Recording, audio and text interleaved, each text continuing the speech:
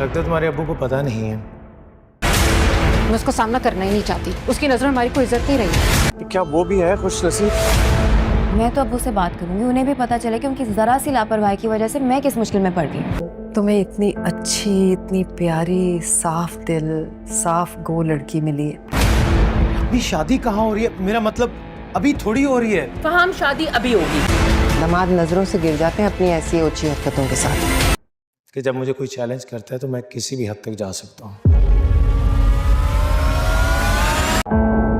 बीवी तो दुख सुख की साथी होती है और तुम तो बहुत खुशकिस्मत हो। शहरीन के साथ शादी करने के लिए इनकार करने वाला अनसा अपना ऑनलाइन वर्क स्टार्ट कर देती है। वो रात को देर तक काम करती रहती है। अनस अनसा को काम करता हुआ देखकर बहुत ज्यादा खुश होता है। वो अपनी फुप्पो को बताता है। अमरीन जब ये सुनती है तो वो अनस से कहती है, अनस बेटा तुम बहुत खुशनसीब हो। ऐसा क्या हुआ कि सीधी सीधी एंगेजमेंट ही तोड़ दी फहम कुरैशी ने शहरीन के साथ? कुछ तो मुरसलीन ने ऐसा बोला होगा जिसके बाद ये सब नौबत आन पहुंची। जब बात अपनी बेटी की आई तो सीधा सीधा दामाद का गला ही पकड़ दिया। कैसे ना पकड़ता मुरसलीन, उसने तो सारी दुनिया के लड़कों को अंस ही बना रखा था। उसे लगता था कि जैसे अंस उसकी उंगलियों के इशारों पे नाचता है, इस तरह फहम कुरैशी भी नाचेगा। लेकिन वो फहम कुरैशी था जो कि सबको लिमिट में रखना जानता था, और शहरीन को भी। शहरीन को लगता था कि वो उसकी मोहब्बत पे पागल होकर सब कुछ किए जा रहा है। शहरीन की माँ भी कम दिखाई नहीं देती थी। सीधा सीधा दामाद को बोल दिया कि तुम्हारी हरकतें भी ओछी हैं, इसलिए तुम जो भी कर रहे हो इसके बाद ऐसी ओछी हरकतों के बाद दामाद अक्सर ससुराल वालों के दिल और दिमाग दोनों से उतर जाते हैं। ये बातें फहम कुरैशी को अंदर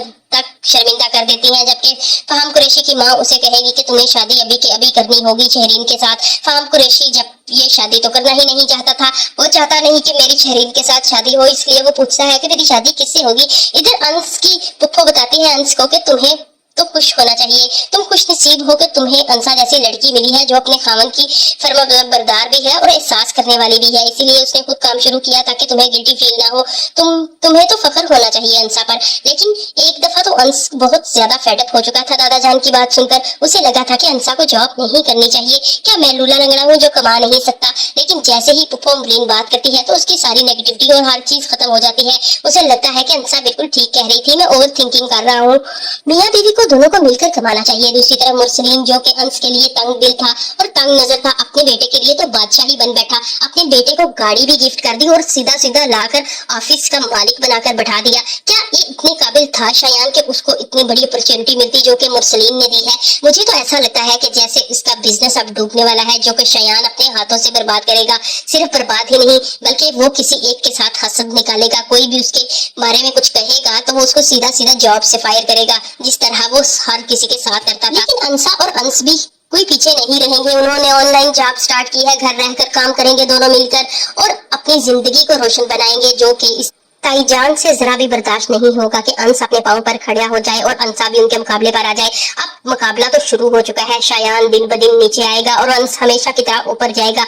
और सबसे ज्यादा बड़ा धचका तो शयान को लगेगा। उसे लगेगा कि इस दफा फिर अंस ने मुझे हरा दिया, और वो लड़की इन सबको लीड करती हुई दिखाई देगी, जो कि शयान से बिल्कुल बर्दाश्त नहीं होगा। इधर शहरीन अपने मंगेतर फहम कुरैशी को बार बार बनाने की कोशिश करती है, लेकिन फहम कुरैशी की सुई वहीं की वहीं अटकी रहती है। ये तो मुझे छोड़कर उस दिन पार्टी से चली गई थी, तो मैं ये बात कैसे भूल जाऊं? इसके बाद मैं सोचूंगा कि मैंने तुमसे बात भी करनी है या नहीं, और मैंने तुम्हारे साथ रिलेशन भी रखना है कि नहीं। इधर शहरीन अपने माँ बाप से लड़ रही थी इस बात पे कि उन्होंने फहम कुरैशी को इनवाइट नहीं किया, और जैसे ही फहम कुरैशी से बात करती है तो बिल्कुल ऐसे ही बैठ जाती है जैसे कोई पानी का बुलबुला थोड़ी देर के बाद बैठता है। उससे पहले तो बहुत उछल रही थी, आप लोगों ने फहम कुरैशी को नहीं बुलाया, जबकि बात होने के बाद उसको एहसास होता है कि मैंने गलत किया था उस दिन पार्टी में, मुझे फहम कुरैशी से माफी मांग ही लेनी चाहिए। जबकि फहम कुरैशी अच्छे तरीके से शहरीन को उसकी औकात याद दिलवा चुका होता है और कहता है कि तुम कैसे सोच सकती थी कि मैं इस पार्टी में आऊंगा इतने शॉर्ट नोटिस के बाद? क्या तुम लोगों ने मुझे फारिग समझा हुआ है?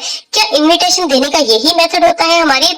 हाँ, तो ऐसा बिल्कुल नहीं होता। जो इतनी सारी बातें शहरीन को अंदर ही अंदर खा जाती हैं। उसे लगता है बिल्कुल ठीक कह रहा है फहम कुरैशी, मेरे पेरेंट्स को पहले बताना चाहिए था। अपनी बेटी के लिए तो वो इतने मुखलिस हैं, क्या दामाद के लिए ऐसा नहीं करेंगे?